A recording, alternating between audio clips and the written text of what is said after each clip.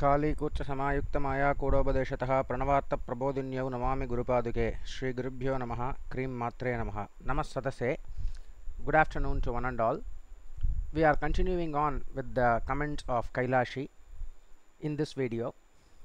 So here in the last video I have left out comment number 45 and I went on to 46a, and there is another 46 comment numbered 46, so it is 46a and b. Okay, so basically what is happening here is we are going to speak about the 45th comment, and the 45th comment here he is speaking about materialization of Vibhuti, Kumkum, Akshata, all these things, and he is saying, this is Kailashi's comment, not mine. He is saying that Satya Sai Baba was able to manifest, was able to materialize so much, even the photos it happened, but it is not happening with Nityananda. This is the angle from which he is speaking. But I would like to point out one thing very clearly, that there are two sorts of miracles. First of all, what is a miracle? We have already discussed this in another video of mine, but since the subject has come up, I am going to repeat it again.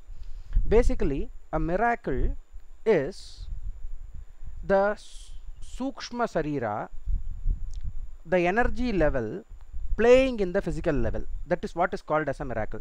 As simple as that. So if you take it in that sense, the miracle, the biggest alchemy that is happening is the alchemy of the air, water, food, all of these things turning into this energy inside the body. That is a miracle. That is, the physical is turning into energy. That is one miracle. This miracle is natural. Nature itself is miraculous, so this miracle is natural.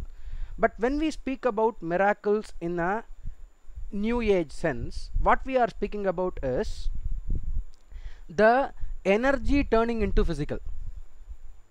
That is to say, I am having certain energy in my hand, I'm creating certain energy, certain subtle energy in my hand, and I am converting that subtle energy into some physical object like Vibhuti or Kumkum.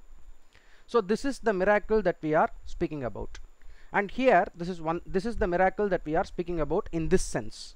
But there is another dimension to miracle as well, where the energy is playing in the physical world. That is, you are praying to God, you are getting a job. You are praying to God, it's some illness which the doctors told is not curable got cured. So these kinds of miracles which are not visible to the human eye, the agent of the miracle is not visible to the human eye, that is all that is acceptable to our Sanatana Dharma. Other than this, everything else, that is, for example, something appearing suddenly in front of you, or some person appearing in your dream after informing you, all of these sorts of things, these will only come under forceful manipulation of the reality. This forceful manipulation of the reality is karma, very bad karma. You can make things happen like that. It is possible with sufficient practice. It is possible. Theoretically I have studied this, and practically very few places I have seen certain things happen like this, but that also is, if you want to put it under the microscope, I don't think it will hold up. So on this note, I am standing on the same statement that Swami Vivekananda has made. He has explained about the miracles and other things, siddhis and materialization, all of these siddhis, everything, physical siddhis, that is the energy transforming into physical matter. He has explained about all of these things while he is writing the translation for this one, for Patanjali Yoga Sutra, and certain places in his Bhagavad Gita commentary. All these things he has done. But when he was personally asked by reporters, there are about 3 or 4 instances wherein he has said, I have not seen any miracle where the energy is converting into physicality. I have not seen all those wondrous things that you are speaking about. In my personal life, I have not seen. This is the statement of Swami Vivekananda, and we have to take this statement as very valid, because he has traveled the entire India. He has done the Bharata Darshan so many times, and that is the reason why when Swami Vivekananda himself is saying that physical miracles I have not seen, I will also stick with the same statement. So I am totally denying that possibility. But if that possibility, as you have seen that possibility somewhere, okay, even happening to you, or even happening from a photo or anything like that, then please understand it is not for spiritual development. It has got nothing to do with spiritual evolution. They are just tricks of bending reality beyond acceptable limits, and that is being done only for one purpose, that is to show magic and collect money. That's all, for nothing else. So that itself is an indicator that the person who is going behind all these things is not an avatar, he is not a realized soul, or he is not even worried about his own spiritual evolution or the spiritual evolution of the others. Especially when he is asking you to do the same things, he is asking you to practice the same things. So this is what it is all about. And also it is clearly evident that none of these things that Nityananda has claimed he has done by himself. There is no video showing where Nityananda is closing his hand and giving a linga, Nityananda is closing his hand and giving a vibhuti. Nothing of this sort is existing. And you need to understand, if this existed, then they would have milked it to the maximum, they would have promoted this to the maximum for maximum benefit. So that is the 45th point all about. Okay, and then 46b. He would always say in public, I don't care if anyone knows to other gurus, because billions of people are waiting for me. Try asking the same question face to face during darshan time. He would coax you not to leave him, and he will say, I am the last lamp from Kailasha, no others will come down after this, the universe has no other choice but just to follow me. Never forget. Okay, so here problem here is, after this he is speaking about some Premasai avatar something, that is his belief. I don't want to get into that, and I don't want to deny that either, so we will simply leave out that point. We will not discuss that. He is a Sai Baba devotee, it seems, and you know, he is stating certain things which I don't want to speak about, okay, because I am neither here nor there. I have not done my research on that, so I don't want to care about it. Now this whole point of going to another guru, when asking it in public, he is saying you can do. I remember in the ASP that I attended, in the Ananda Spurana program that I attended, voluntarily the Acharya, I think her name was Ma Brahmananda, the Acharya was telling that you can all go to how many ever gurus you want, and it is like getting various colors of flowers and wearing a garland made out of them. This is the statement that they are giving. Now on the personal level, exactly, I am the last lamb from Kailasha, and you know, if you miss me, you have missed the possibility. So going to another person, it is not possible. And also Nityananda has commented about Sri Sri Ravi Shankar, Nityananda has commented about Sadguru Jagi Vasudev, all of these people, even he has commented about Baba Ramdev, all of these people he has commented negatively, stating that they are not the real gurus, I am the real guru. Now this kind of problem arises out of insecurity.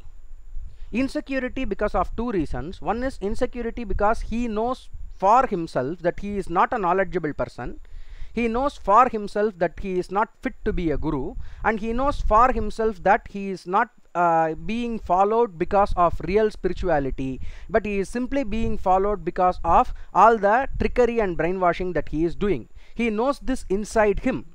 So because of that reason, Nityananda is terribly afraid of people leaving him.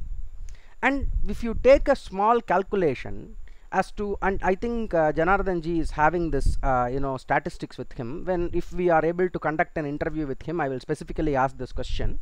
That is, if you look at a 4-year cycle, you will see that most of the disciples who were into the Sangha, who were totally attached to Nityananda, those people totally got recycled by the 4th year. New people will replace them. One person will leave in 6 months, one person will leave in 1 year. Like that, he is not able to sustain one single group of devotees more than 100 in number, even more than 100 in number, for a long time, because people are seeing him for what he is, getting dissatisfied with him and leaving him. This is on one note. On another note, he is terribly jealous, as I told in the Hindu Holocaust debunking video. Hindu Holocaust narrative of Nityananda has been debunked. 2 videos are there. I will continue on that video as well, probably today.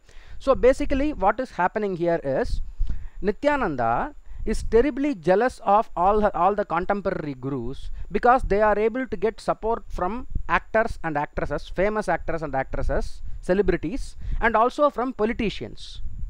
That is not available for Nityananda. That is the biggest regret for Nityananda, and he is trying to do this in so many manners, but unfortunately on a national level, on a high level, this is not happening for him, because of one simple reason: associating with him has become a taboo. This is not because of persecution or anything, this is his own doing. That is, by speaking stupidly, by making atrocious claims and not following up on those claims, he has become a comedy piece. And people don't want to associate with him for the fear of being ridiculed. And also on top of that, it is very good for them, because if those kind of celebrities go near him, then they will suck the entire life out of them and throw them on the street. That is exactly what will happen. Ranjita is can be called as an above average celebrity as far as her career is concerned, a decent actress with some awards in her to her name, very good. But what happened to her right now is her entire life is spoiled. I will say she is also a victim. People may differ. She is also a victim in the sense of she has lost herself and her own personality, and she has taken up the personality that Nityananda has injected or poisoned into her, and she is also a victim like that. So only victims like that will happen if people are going near him, and that is why people are not going near him. And because of this reason, he is terribly jealous, he is terribly insecure about people going to other gurus. So that point being addressed, we will move on to 43,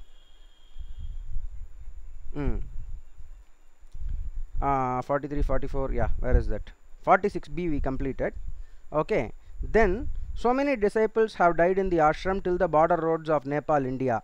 How can believers die in the presence of Avatar Lord Shiva? What happened? So there is nothing to comment on this. Those deaths are mysterious deaths. Those deaths are being, two things are happening. One is those deaths are being created a sense of victimhood, or those deaths are simply being not spoken of. Even 2 more deaths happened recently in South India, one in Pondicherry and one in Salem. So all of these deaths are, you cannot hold him responsible. You can hold nobody responsible for that until that person is the proper, is the person who is the reason for that death. That person is the creator of that scenario. So in that sense, inquiry has to happen, and only decisions can be made after that.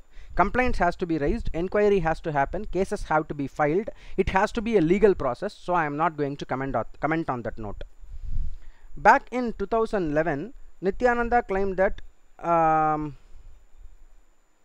cancer patients can be cured. Proclaimed that cancer patients will be cured simply by his presence. So he planned to convert one flats or building. Flats building into cancer patient dome. He wanted to show the world that simply by exposing to his presence, everyone will be cured. So the use of Vaidya Sarovar was a failure. Is the use of Vaidya Sarovar a failure? Okay, now I ask Nityananda to put forth the data collected from all cancer patients. Let the world see if truly those patients are still around or had passed away. Now this is the problem with miracle curing. Mass miracle curing is something which is being claimed by the evangelists, by the Christian missionaries who are trying to convert, by the miracle workers who are trying to convert. I am seeing a pattern here, that is, he is using the words that the Christian missionaries are using, like Vedagama, Dasamabhaga, all these words he is using. And also I see his while he is speaking about proof, he is speaking about 2 important proofs. One is Atma Pramana and another one is Sakshi Pramana. I have clearly given a video on the proof of Pramana system of Nityananda and how it is wrong. So on the note of Atma Pramana, what is Atma Pramana? Atma Pramana is the words of Paramahamsa Nityananda, Paramashivam, whatever bullshit. That bullshit person's words are Atma Pramana.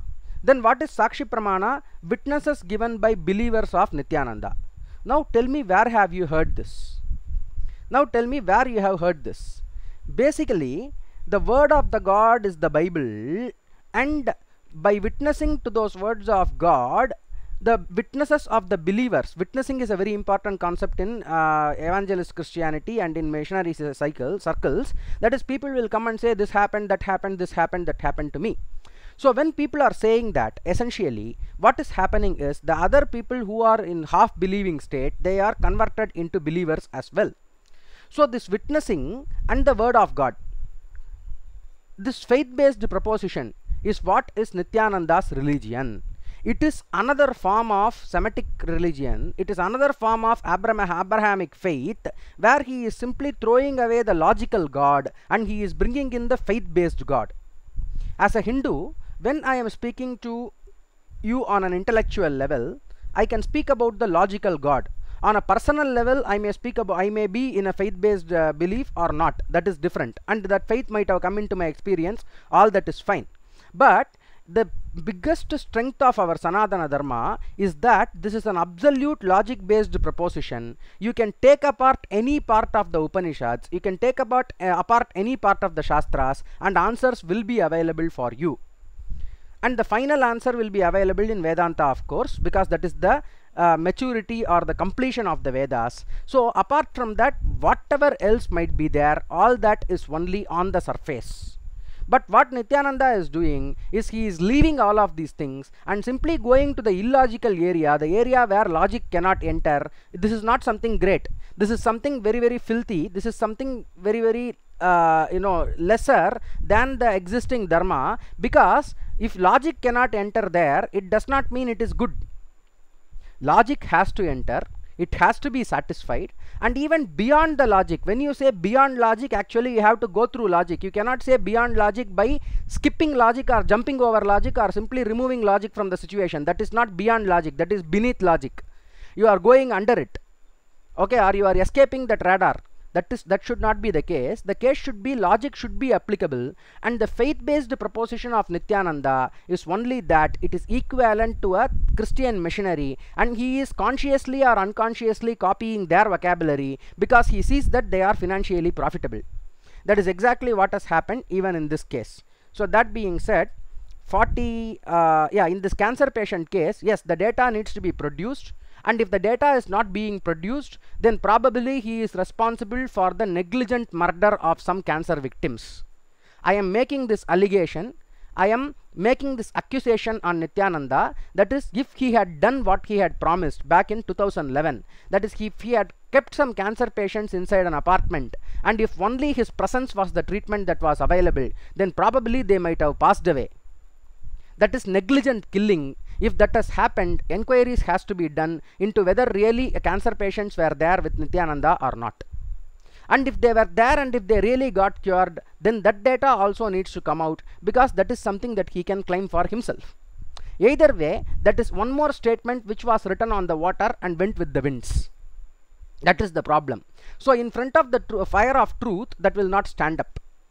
So that is the 49th point. Sorry, that is the 48th point, and then 49th point is about Madurai Adinam. Okay, yes, so this one is basically about Nityananda coming in the dream. Okay, it is a very huge point. I don't want to read that entirely. So essentially what he is saying here is this: I will expose to everyone how he duped Madurai Adinam senior pontiff to name him as junior pontiff. I remember I told everyone when a Swami is rising to fame, billions of dollars pouring in, smaller unknown tantric yogis will come and help. This and all is his own idea. Okay, to put a clear example, again Simhastha Kumbh Mela 31 days program, you will remember Nityananda clearly told that he will come in everyone's dream that night. With the help of tantric yogis, he appeared in the dream of the, like that also he appeared in the senior pontiff of Madurai's dream. And he appointed Nityananda. He told the inner circle about this. He had done this to multiple people. So Nityananda told us that the Padukas of Kalabhairava from the Alagar temple ended up in Bidadi because he went in the dream of the chief priest of Alagar temple to hand over and told him to hand over the Padukas. Now all this is hearsay for me. I don't know. It has not happened to me. But one thing I will tell you on the note of Madurai Adinam, that is a financial dealing.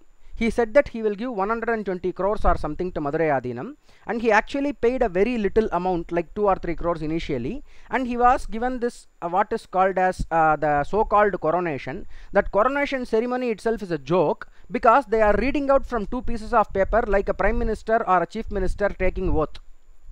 I, so and so pontiff, is now proclaiming him to be the Acharya, and I, Nityananda, accept it. So this is what is the coronation ceremony. Tell me which system is this coronation from? It is totally invalid. And at a point of time, Arunagirinatha Desigar was controlled by Nityananda and his group of criminals, and after he was chased away from Bidadi, because he had to appear in the Ramnagara court for the rape case allegation. Otherwise, arrest warrant would have been issued and he would have been arrested. He wanted to avoid arrest, so he himself went and surrendered. And after surrendering, he understood that money will not work beyond a certain limit inside the legal system, so he stopped being available for the legal process itself. Now he is a runaway criminal. That is where we are standing. So that aside, what happened was he actually surrendered, and after surrendering, what happened here in Madurai Adhinam, immediately the Adhinakarta, he declared that he is declaring the entire position as void. Then the court case came, and in the court case the judgment was made that the Nityananda does not have any right whatsoever as the junior pontiff anymore, based on other judgments which have been made previously. That court document is available online. So in that, in indiakanun.org it is available. Okay, so there it is clearly mentioned that he is no more Madurai Adhinam, but these shameless people are till now claiming that he is the junior pontiff of Madurai Adhinam. So that is one more lie in Nityananda's list of huge lies, and it is a very important lie. Okay, that being said, once again, coming in dream and other things, proclaiming and coming in dream, all these are siddhis which are not acceptable to the Sanatana Dharma, not because I say so, because there is clear evidence that all of these things that are happening are only bending the nature beyond a certain limit, and that is not acceptable, because it will only add more karma to the existing gross body. Please understand this. From the gross level you have to go to the subtle level, and from the subtle level you have to go to the even more subtle level, and finally dissolve. That is the purpose. Now if you are bringing the subtle into the gross, that is only going downward. Simple logic. That is, I am seeing myself as my body, then I have to see myself as energy. After seeing myself as energy, I need to understand that the source of the energy is me, which is the self. So this is the upward movement. Now from the energy level, if I am bringing that energy into the physical world, then that is downward movement as far as spirituality is concerned, and that is exactly what is happening. Okay, now point number 50. Okay, now let us touch the monetary issues in Bidadi. Now we have all lived in Bidadi, some less than 1 month, some stretching as long as 15 years. We have all seen so many assets of high priced items laying in every part of Bidadi ashram, just rotting and dusting. So much of money put to waste. Nityananda or anyone in the ashram does not really care about money. They feel they are spending money as they want because they are getting a lot. Okay, many have saved all their lives and to pay for the dam in inner awakening programs. Many have donated their entire property and lands to Nityananda. Do you think Nityananda or Ranjita cares a little about what you have paid? Today you might have paid 1 million to have your idol consecrated in the Madurai ashram. Tomorrow somebody will pay 10 million to have a high table chair with Nityananda. Now what will happen to your idol? It will dusting and rotting, waiting for you to come and clean it up. This is not only for your idol, even for all the lingas and all the murtis that he has consecrated by taking at least 100 times more worth than the actual value of the consecration, the actual value of the material. For example, one linga, for making it, it may take, let us say, 5,000 rupees. He will charge you 1 lakh rupees. Like that he has done, and after doing that, no maintenance, absolutely nothing. All the murtis that are there in the Bidadi ashram, to start with, they were not consecrated properly, and right now they are simply rotting with sewage water. That is exactly what is happening there. I have got reports from people that sewage water has mixed into all the places, almost all the places, and trees are growing, bushes are growing, spider webs are there. It is in a very, very bad condition inside Bidadi ashram. Nobody is able to take care of it. So according to Nityananda, whatever activity he is doing, it is being done only for the purpose of getting money at that moment. For that moment he will get the money. For that program, for that moment, for that project he will get the money. Then he will move on to the next project and no efforts will be put forward to maintain what has been promised in the previous project. This is the biggest problem. See, there is nothing wrong if a person is doing one project and then moving on to another project, there is nothing wrong. But if there is some material remaining from the previous project, some maintenance that has to be done for the results of the previous project, that maintenance has to happen. And if that is not happening, then it simply means the person who created the new project and the old project does not respect any of the projects. He is simply saying things in order to get more money, and he is doing something, he is keeping something in order to show some proof for the money. Then he moves on to the next money making machine. That is all that is happening in this case. So now we have completed 50 points. And before going to the 51st point, I would like to make certain things clear regarding one of the controversies that is being created. That is, when I am speaking about traditional Hinduism, okay, I am supporting the traditional saints of India very clearly. And one of the people that I am supporting is Jayendra Saraswati Swamigal, the last pontiff of Kanchi Mutt. And I am supporting him because of two reasons.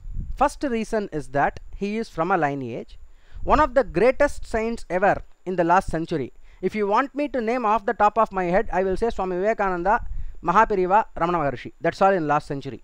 So like that, Mahaperiva is a great saint, everybody accepts that, and Mahaperiva has chosen this person to be his successor. First thing. And also that faith I have. First thing.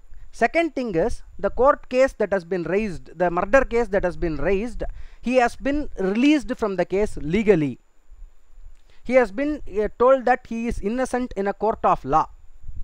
And all that happened was political revenge because of certain financial dealings and other things that happened. I do not want to go into details of that.